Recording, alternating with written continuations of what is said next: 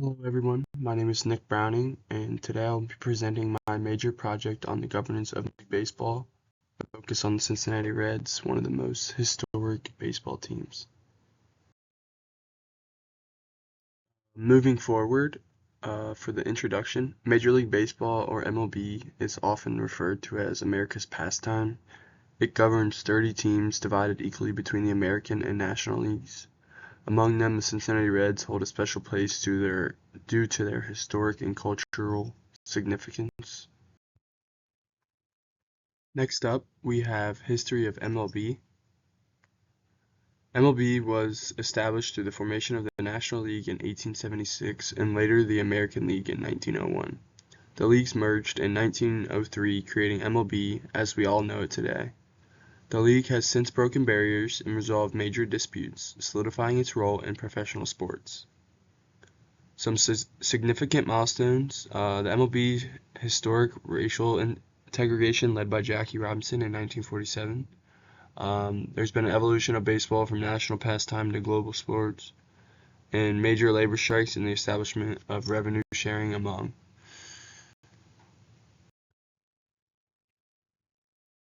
Moving to the history of the Cincinnati Reds.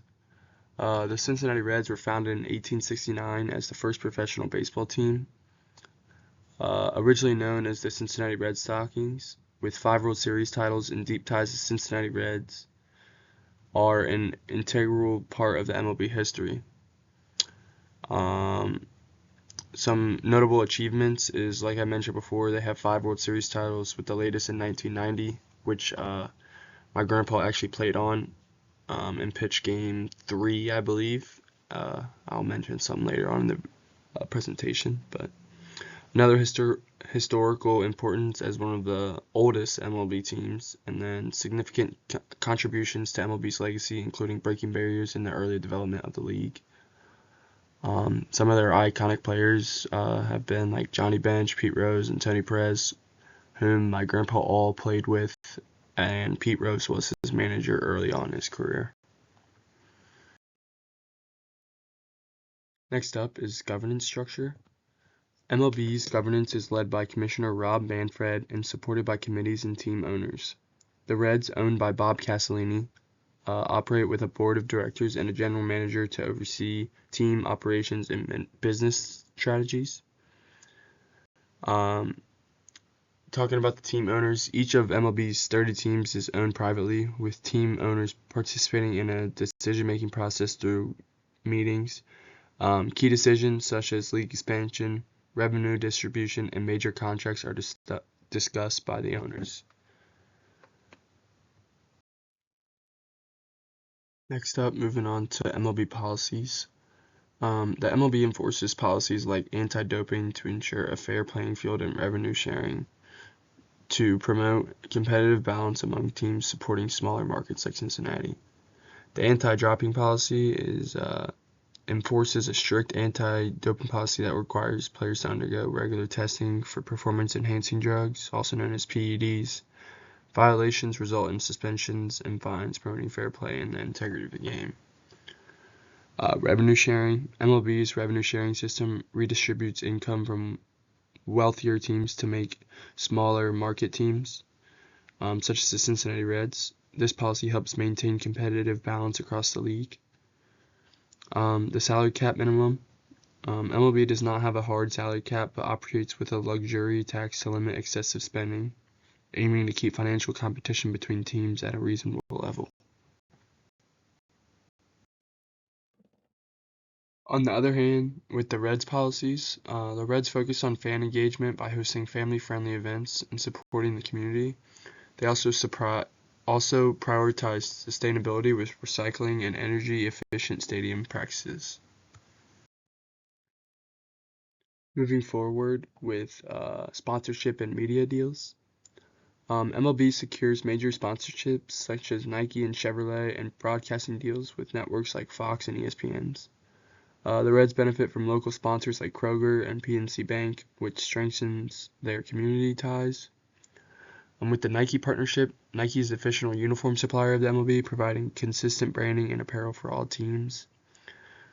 And with Chevrolet as one of the MLB's longest standing sponsors, Chevrolet promotes its cars during MLB events and has large presence in MLB sponsorship deals. So like during the All-Star game, the MVP will get to choose between a truck and like a luxurious car sponsored by Chevrolet.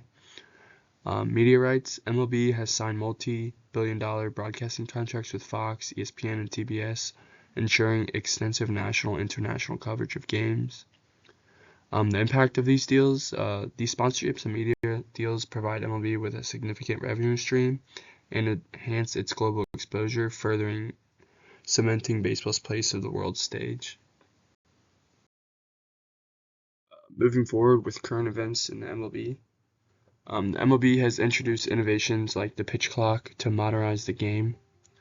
Meanwhile, the Reds are working on rebuilding the roster to return to playoff contention. Game modernization.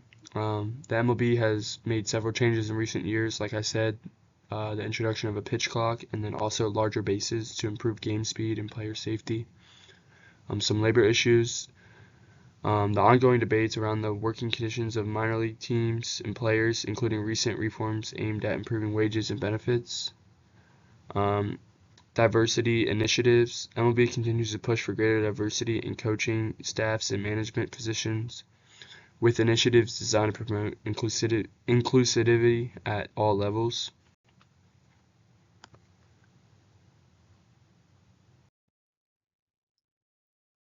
Next up are some interesting facts and ethical dilemmas. As I mentioned in the beginning of the presentation, the Reds were the first professional baseball team and are celebrated with traditions like the opening day parade.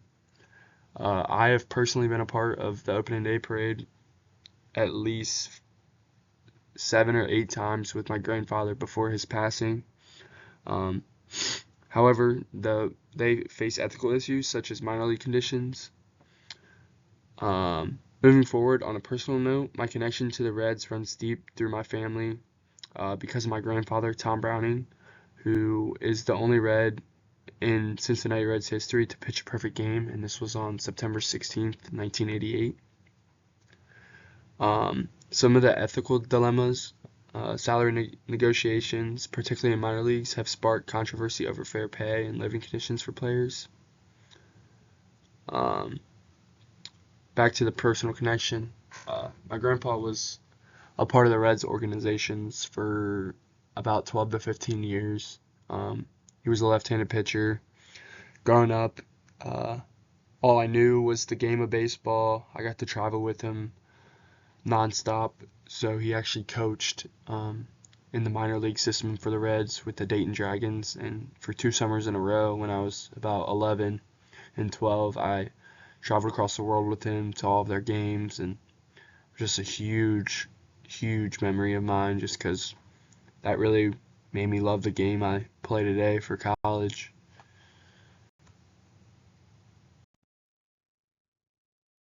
In summary, the MLB has evolved into a global leader in sports, and the Reds continue to play a foundational role. Their focus on community, tradition, and the future ensures their lasting impact on baseball. The Cincinnati Reds continue to be a significant force in the MLB, not just for their historical achievements, but also for their focus on community engagement and fan loyalty. With a future outlook for the Reds, they're focusing on rebuilding the roster with hopes of returning to playoff contention in the near future. They recently just hired Terry Francona, which is one of the greats in baseball, has been a great coach and player throughout the years. Their commitment to their fan base and tradition ensures their place in MLB's future. And with a note of reflection, I do think that Terry Francona is going to bring some great stuff to Cincinnati and hopefully get the team back on track where we all want it to be. And thank you guys so much for listening to my presentation, and have a good day.